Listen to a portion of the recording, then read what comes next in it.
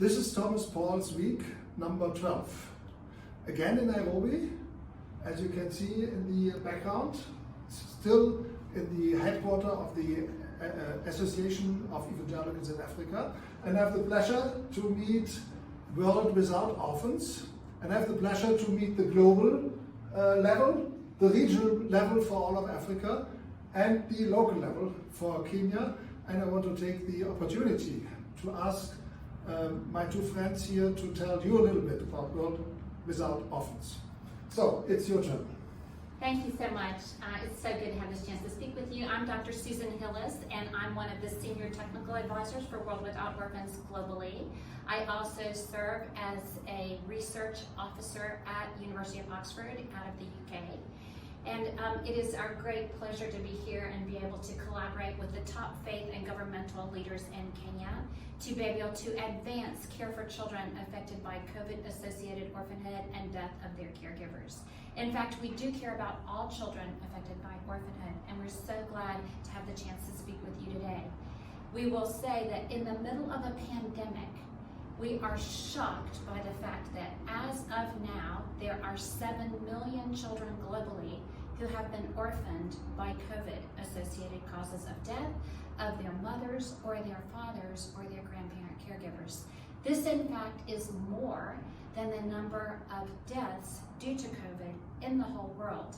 Now, how is it that more children have been left behind by the orphanhood related to the death of their caregivers than there are even people who have died of COVID?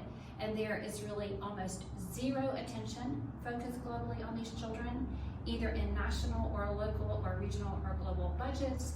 And there's very little attention focused on these children, even within our faith communities.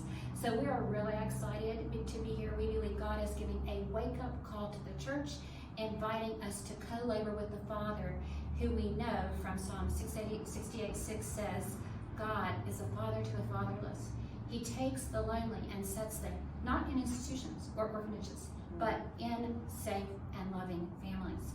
So we are just delighted to be here, and we are believing Kenya is going to be one of the lead countries in all of Africa for calling the church to be the hands and feet and arms and ears of Jesus for these children. And I'll turn it over to Anne to say a little bit more about what the Africa region of World Without Orphans is doing, and her about what her Kenya team is doing. Go ahead, Anne. Thank you so much, Susan. Thank you, Father Thomas. We're excited to be here with him today. And Susan has said World Without Orphans is involved in the regional level in Kenya, sensitizing especially faith-based organizations about this orphanhood, especially now after the COVID pandemic, which has really hit, the orphan problem, especially in Kenya, over 89,000 children affected. And we are just asking the church, what are you doing about these children? Who is taking care of these children after the parents die? So that's what we are sensitizing through a training that we are currently conducting for Africa, for the whole of Africa, the region of Africa, which started this week on Tuesday.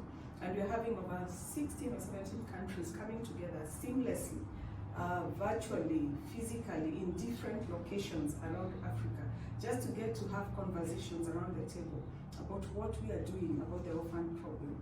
Are we sending them back to families? Are we putting them in institutions? What exactly are we doing about the orphan problem? And we are so glad that we are collaborating with different like AEA and different other faith organizations.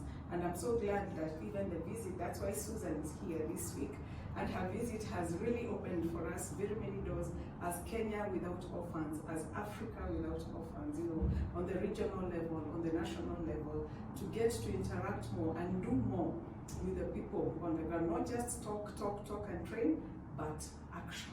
That's what we are calling faith organizations to do, take action. And really what we're calling them to do in Kenya and in Africa is the same as we're calling them to do around the world. This really is the time when God is inviting people of faith to step in and step up and live out the who is my neighbor question that Jesus is asked in the Gospels. And we know from the story of the Good Samaritan, who is your neighbor? Your neighbor is that person who is wounded and laying on the side of the road and in need of help. These children are not laying on the side of the road, but I am here to tell you they are wounded. And I've talked with many of them from many countries, and what they will say is, no one is listening to me. No one is asking me how I'm doing. I need to feel like somebody cares for me and is ready to walk me out of this horrible loneliness. It's the most horrible loneliness I have ever felt. So who, besides the church, is most equipped to be the hands and feet and voice and eyes and ears and heart of Jesus? No one. So I'm here to encourage you wherever you are. There are children impacted by COVID-associated orphanhood in your environment. If your pastors are doing funerals, are you even asking whenever you do a funeral, are there children left in the home and who is taking care of them? It is a first small step.